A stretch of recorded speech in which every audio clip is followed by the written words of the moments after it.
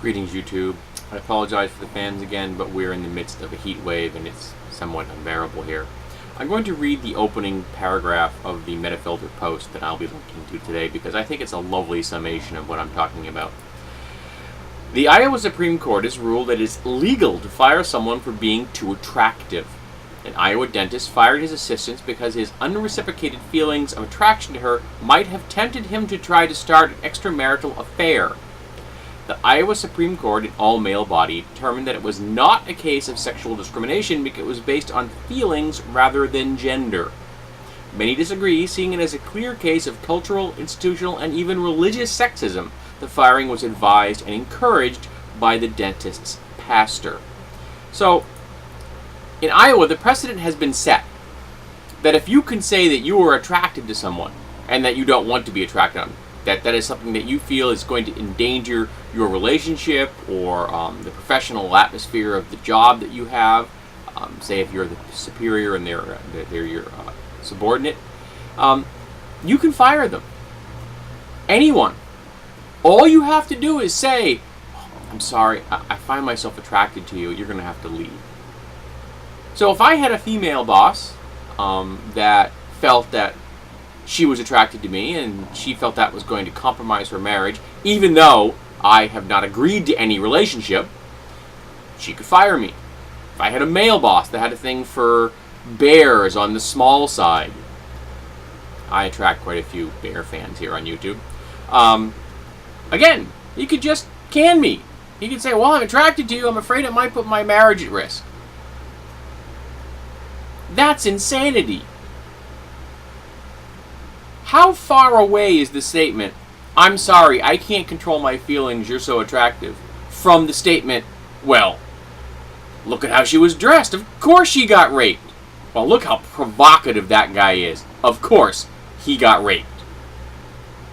That's victim blaming, folks, and this Iowa Supreme Court case is nothing but institutionalized sexism and victim blaming.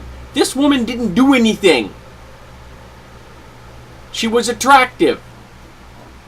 Now, whether they did or didn't, or could or couldn't have had an affair, has nothing to do with this.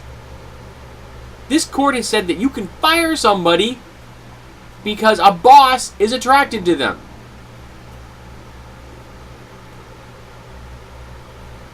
That's nuts! And I cannot understand how they could conceivably find legal precedent for this case. Now, I really hope that this woman takes this to the next level. This needs to go to the district court that's appropriate for her area. I don't know what the district court for Iowa would be. And if she doesn't get satisfaction there, it needs to go all the way to the Supreme Court. We need to nail this down. We need to show that this is sexism. Now, someone in the comments section has made a comment that they feel that we've achieved peak sexism. That sexism can't get any more blatantly obvious and bold-faced than this. And I am inclined to agree. And there was also another comment here. Let me see if I can find it quickly. Oh yeah. Guys, just remember, nothing a white male Christian does in America is actually his own fault. And that sums it up perfectly in one line. The only person that's responsible for your attraction to another human being is you. That's it. Whether they do or do not reciprocate that attraction is immaterial. You are responsible for your attraction to another person. Always has been that way, always will be that way. Trying to say, well, it was beyond my control. No, it isn't beyond your control. You're in charge of your own emotional states. And how those emotional states affect the world around you.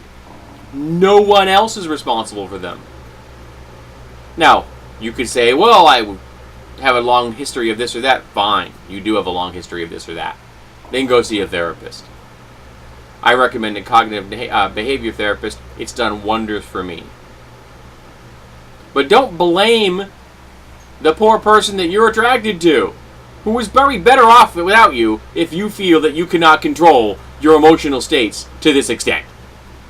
So I'm glad she dodged that bullet. So I want people to read this. I want people to tell me what they think. And if anybody who has any kind of legal knowledge, actual real world, they went to law school knowledge, can tell me how the court could have ruled this, I would love to hear.